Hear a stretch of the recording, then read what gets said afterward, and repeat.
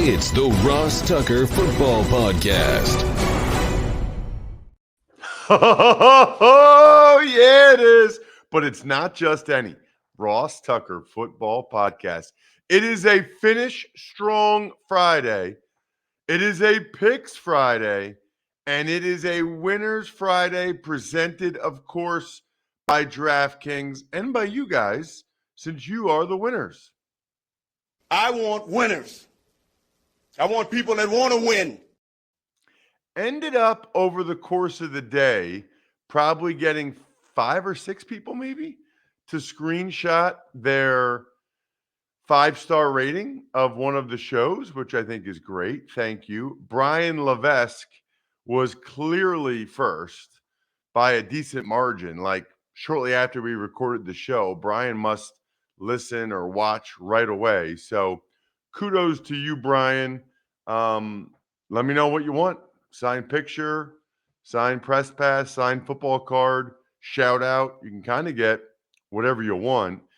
Speaking of that, for those of you, please make sure you check out the YouTube portion of it, because on yesterday's YouTube show, we had a special giveaway as well for those of you that check us out on YouTube. If you don't, go to youtube.com/Ross Tucker NFL. Check us out. Yesterday's episode with Greg Cosell.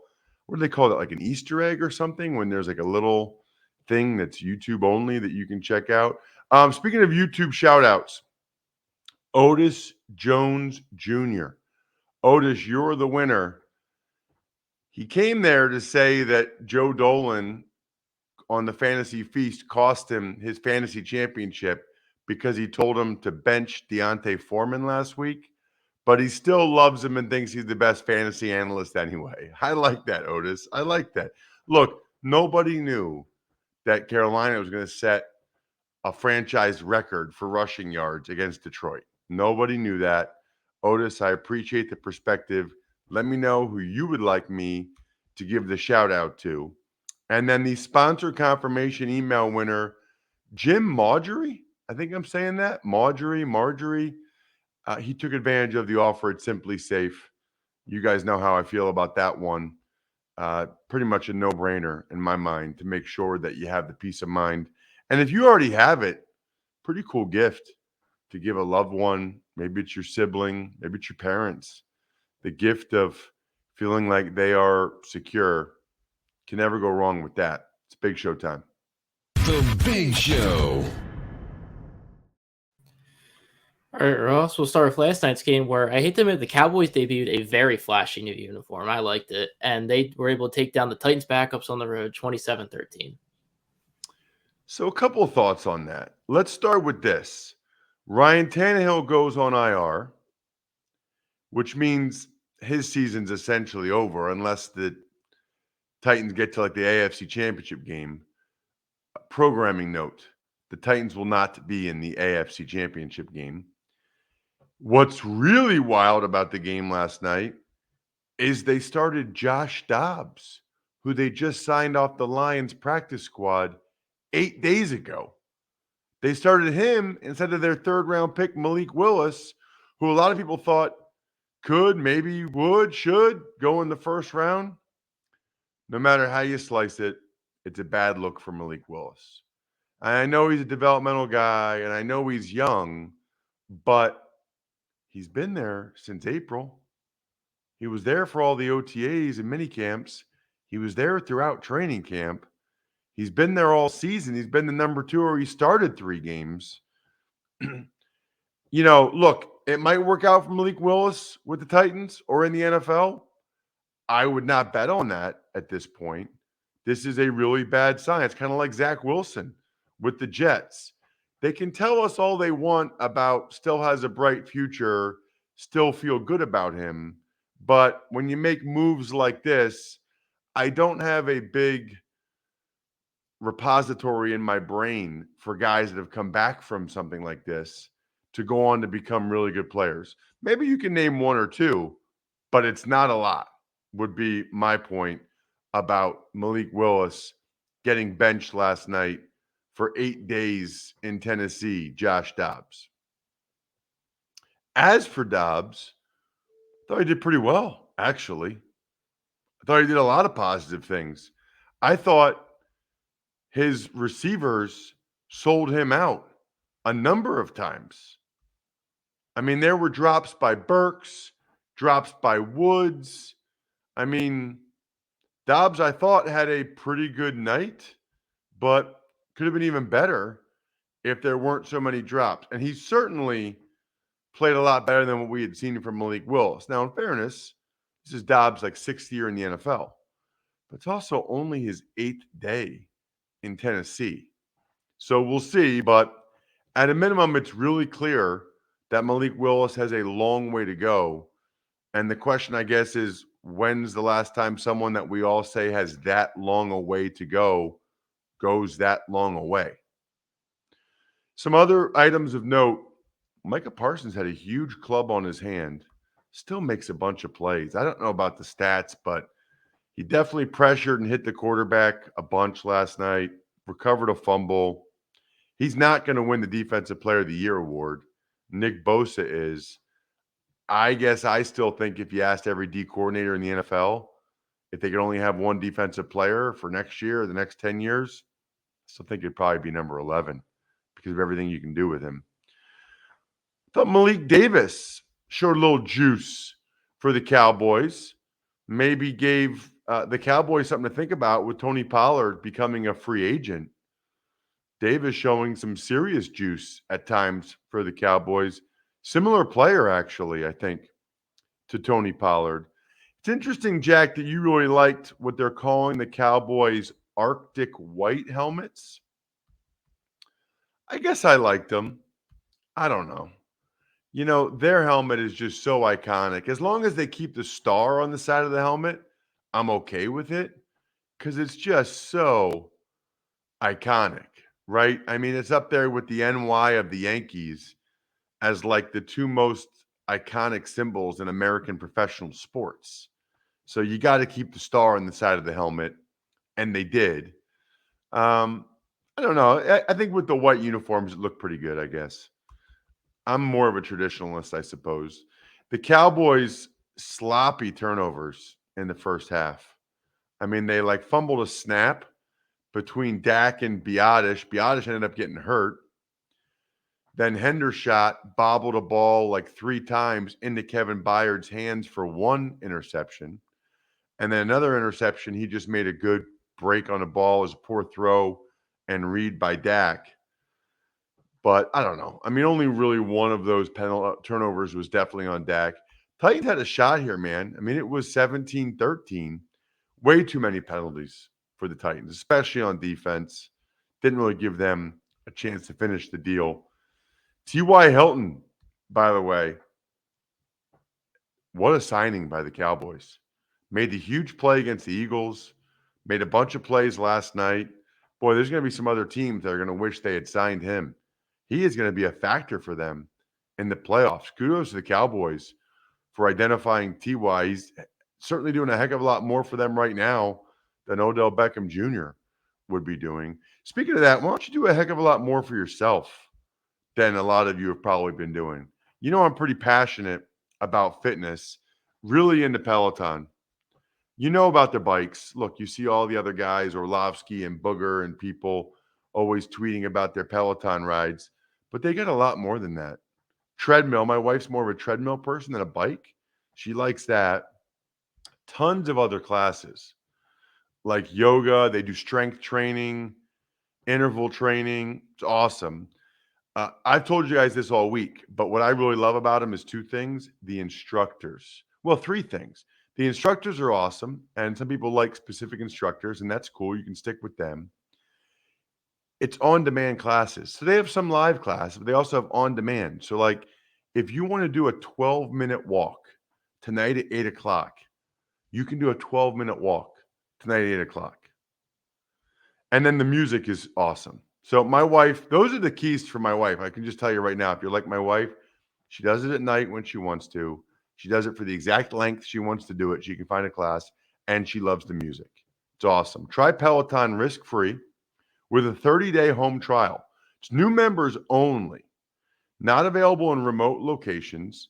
See additional terms at onepeloton.com/home-trial. That's onepeloton.com/home-trial. Want to know which team is going to win every single game on Sunday? Then listen up. Before we get into the games, quick little uniform thing, because you talked about traditionalists. The Cowboys actually started with the white helmets when their franchise debuted in 1960. But we will You move trying to make me forward. look bad, Jack? I don't know. No, I love it. Just so you know, I'm going to bust your chops a lot because A, it's fun, and B, you're young. You just turned 22, dude. Like, I gotta try to keep you in your place somehow. I feel like I knew that, but forgot that. That's awesome. I'm just looking at it right now. It really goes well with those white uniforms. It does. Like, the silver would look weird with those white uniforms. You got to check out on my YouTube page the uniforms we wore on Thanksgiving when I started for the Cowboys. Those are pretty tight too. We will start with the Arizona Cardinals at the Atlanta Falcons. Could kind of go either way here with the Cardinals starting Colt McCoy. I'm going to go with the Falcons, I guess, because they're playing at home, because they haven't won a game in a while. But Colt McCoy makes this sort of a toss-up game in my mind. He definitely affected the spread a little bit. But I'll give Atlanta a win. Feel like Arizona put a whole lot into that game against the Bucs. Feels like Atlanta's been right there. Even in recent weeks, they kind of outgained the Ravens. They just weren't able to actually win the game. So lower scoring game. This is like 20-17. Falcons get a win for the first time in a long time. Next, we have the Chicago Bears at the Detroit Lions. Lions, first of all, the Bears are just absolutely decimated by injury and having lost guys over the course of the year. Second of all, the Lions obviously need the game like blood to stay in the playoff hunt. And the Bears didn't play particularly well last week. And I don't know. I mean, I think the Bears want to win the game. That's why they're playing Justin Fields and stuff. But, they are at the point in the schedule where they're realizing, that one win could make a big difference in where they draft. Big difference. I mean, could be a difference between them drafting like number 1 or potentially number 5 or 6 if they get a win. So you wonder if at all that's in anybody's mind that as the game gets close to the end. You have a score prediction for that one? Yes, I do. Thank you, Jack. See, you got to keep me on my toes. 27-17 Detroit. Next, we will head to the Jacksonville Jaguars, who are at the Houston Texans. I'm going to go Jaguars. This one's interesting because I really don't think that the front office of the Texans wants to win this football game, because I do think they want the number 1 overall pick and more than likely take Bryce Young. So that is something to have in the back of your mind as well. And Jacksonville, I think Doug Peterson wants a winning season. I mean, I think he wants to – and there is some – were you the one that told me this yesterday, Jack, that there's a possibility of them for the wild card? Somebody told me there's a wild possibility for the Jags to get the wild card. I don't know if that's still available after the Titans lost last night or not, but there was like a crazy 1% scenario. I think I was Joe, actually, on the Fantasy Feast. At any rate, I think Doug Peterson wants to win games. And why not win this game? Give me the Jaguars. Although the Texans kind of have their number over time for whatever reason. I'll go 23-20 Jags. Next is the Denver Broncos, the Kansas City Chiefs. Chiefs, for all the obvious reasons. I do not really think that the Broncos will be getting a big boost from firing Nathaniel Hackett. I don't really see that happening. Now Jerry Jeudy's a little bit banged up. I don't think many, if any of you, are still in the survivor pool. But if you are, this is probably your best option or one of your best options. Chiefs at home against a reeling Broncos team. Even though that game was close a couple weeks ago, I don't know what happened to the Broncos defense on Christmas. They quit. That was embarrassing. Chiefs 27, Broncos 17. Kind of like that score today. Lock them up. Your survivor / knockout / whatever you call it, pick of the week. Next, we have the Miami Dolphins as New England Patriots. Miami Dolphins gonna. Well, I don't know. This is sort of like that Atlanta-Arizona game to me. This is kind of a true toss-up game where I could go either way with it. I'm going to lean New England. They're playing at home. I don't know how cold it's going to be. It's not going to be that cold here in Pennsylvania, so it might not be that cold up there in New England. I don't know how much weather is a factor, but they're playing at home. Dolphins have a backup quarterback. If New England can't win this one, it's a real bad look for Belichick. Real bad look. You can't win a home game with the playoffs on the line against a backup quarterback. That would not be good. I'll be taking the Patriots to get it done. Lower scoring game that they sneak out. Feels like this is the score for every New England game. 20-17 Patriots. Next is the Indianapolis Colts, the New York Giants. Pretty wild to me that even though the Colts are starting Nick Foles again, that this is still the point spread's only 5.5 points. Because I would say this is almost another good survivor pick if you need one. The Giants can't lose this game, can they? At home with a playoff berth on the line to Nick Foles. I don't think that can happen, can it? I mean, yikes. I don't think it can. I think the Giants take care of business. I tweeted this yesterday in part after talking with Michael Giannitti from SpotTrack on Wednesday. I think Daniel Jones is going to get a lot of money this offseason. 26. He's a solid starting quarterback. They have had garbage around him for almost his whole time there. O-line and skill have not been good around Daniel Jones. His whole starting career, they haven't really had anybody around him. So give me the G-men in this. And if I could buy a stock in Daniel Jones, I'd be buying that. Maybe especially if he goes somewhere else. But even with the Giants, they would get him more weapons. Giants get it done. I don't know that they'll blow them away, but they've been pretty good in a lot of these close games this year. So how about the Giants 23-16 over the Colts? Next is the New Orleans Saints at the Philadelphia Eagles. I thought it was going to be Gardner Minshew starting. Jalen Hurts starting yesterday gave me a little bit of pause. Or practicing yesterday gave me a little bit of pause. I really don't know. I guess we'll probably find out today, by the injury designation, although they might take it all the way even to game time to keep the Saints sort of off the scent here. Either way, I think the Eagles win. I don't know why I'm discussing it this much. I think they win either way. They're the better team.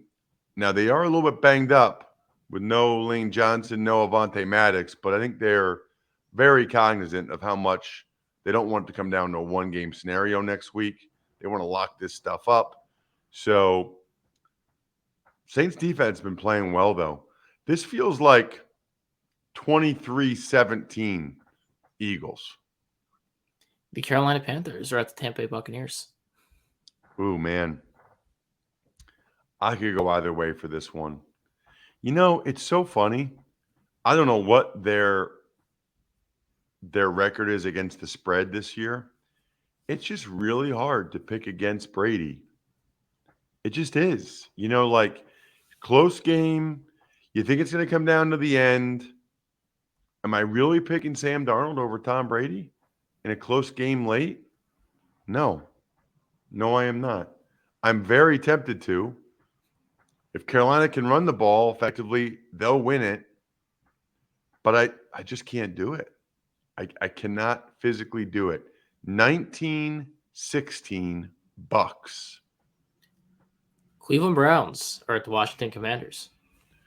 So, boy, it would be bad luck for the Commanders if they lost this game, right? I mean, bad look. You're playing a home. You're playing a team in the Commanders that is not in the Browns that has not played very well. You're going with Wentz as your quarterback. You absolutely control your own destiny if you win these last two games. And very good chance that the Cowboys don't play a lot of their guys next week if the Eagles win. So you have a golden opportunity here if you are the Commanders. Golden.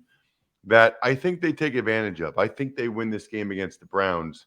This would be like Carson Wentz sort of choking 2 years in a row if the Commanders lose this game. Because remember, all the Colts had to do last year was win one of their last two, and they lost them both. Give me Wentz and the Commanders to get it done with those young guys at receiver that are so talented. Washington 24, Cleveland 20. San Francisco 49ers at the Las Vegas Raiders. I'm curious how much the spread has changed. Oh, wow. It changed a lot since they said that it's going to be Stidham and not Derek Carr. That probably tells you a lot about a lot. I like the Niners to keep it rolling. Niners trying to keep the pressure on the Vikings for the 2 seed. I guess to a lesser extent, the Eagles for the 1 seed. I'm sure they'd much rather play at home than have to play at Minnesota in the second round potentially.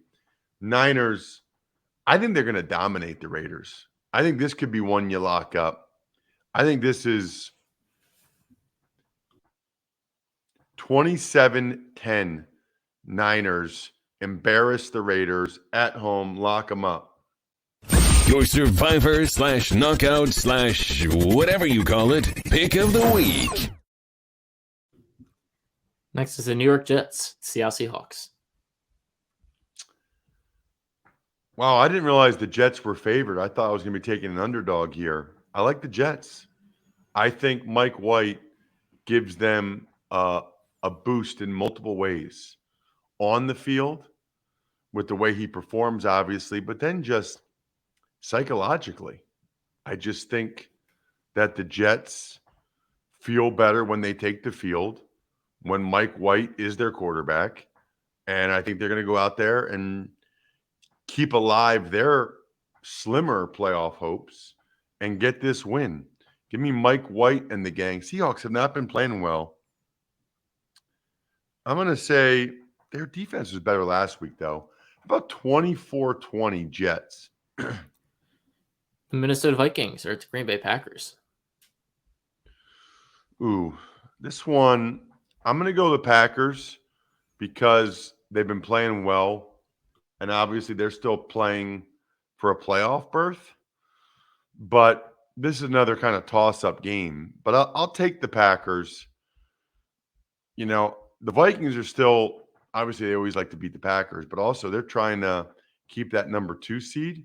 This is sort of a sneaky, really good game. I didn't realize this was a 425 game. This is like the featured late game, I guess.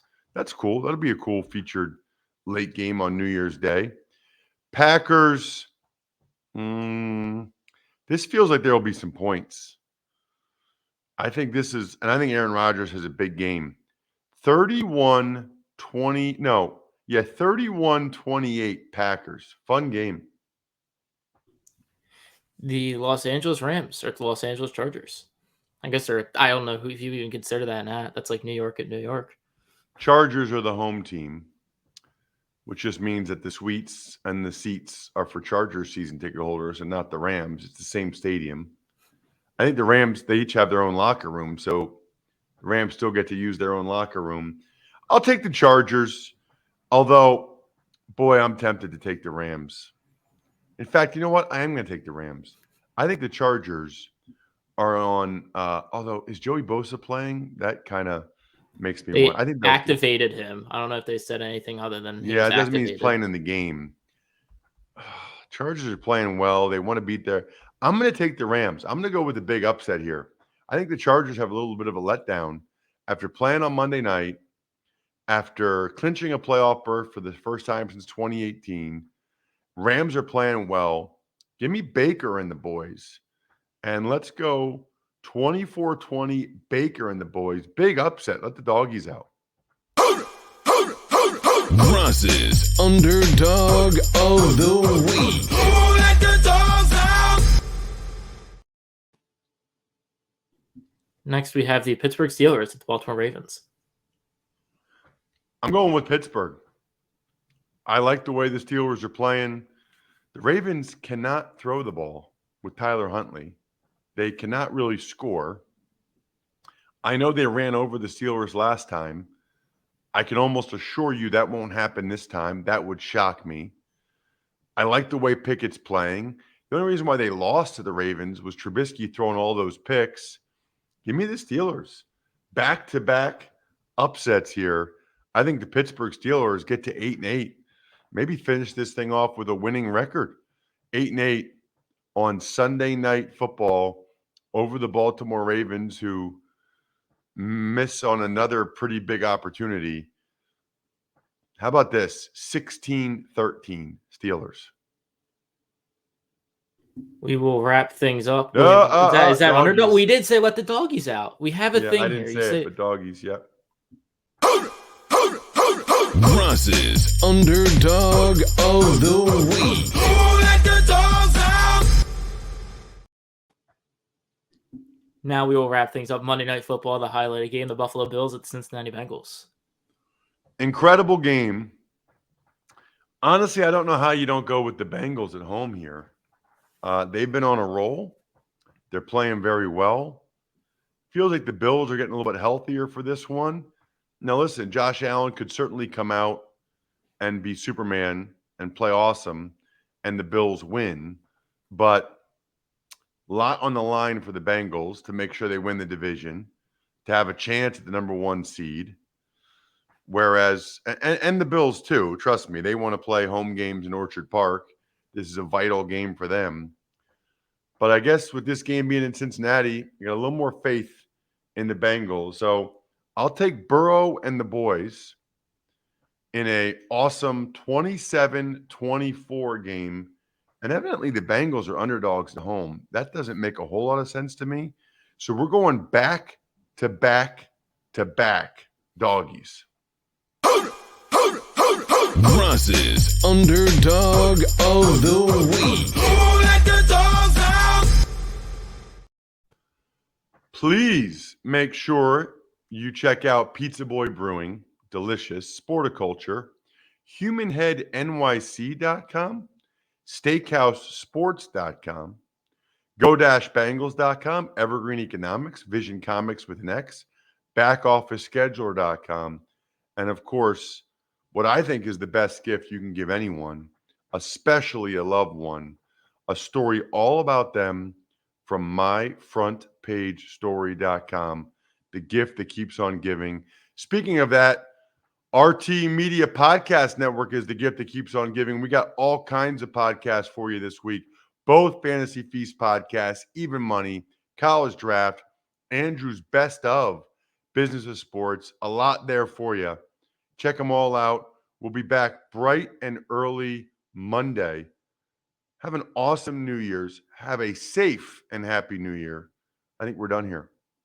Thanks for listening to the Ross Tucker Football Podcast. Make sure to also subscribe to the Fantasy Feast, Even Money, Business of Sports, and College Draft. All available at Apple Podcasts, rosstucker.com, or wherever podcasts can be found.